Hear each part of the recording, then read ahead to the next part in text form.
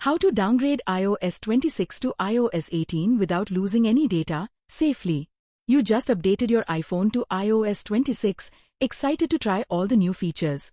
But within hours, reality hits, apps start crashing, the battery drains like crazy, and your phone just doesn't feel the same anymore.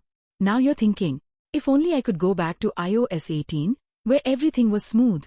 Well, the good news is, you actually can. And you can do it without losing your data. Here's how.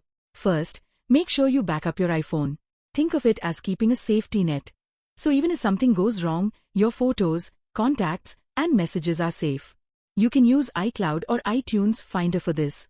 Next, you'll need the iOS 18 IPSW file for your iPhone model.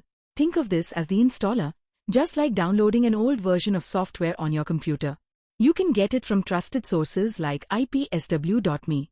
Now, connect your iPhone to your computer with a cable. Open Finder on Mac or iTunes on Windows. Your device should appear on the screen. Here's the important step.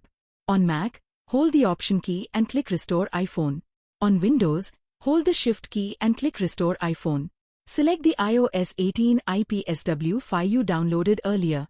Your computer will now start installing iOS 18 on your iPhone. It feels a bit like turning back the clock. Your device is rolling back to a time when things worked smoothly. Once it's done, your iPhone will reboot. You'll be greeted with the welcome screen. But don't panic. Just choose Restore from Backup, and all your apps, photos, and data will return exactly as before.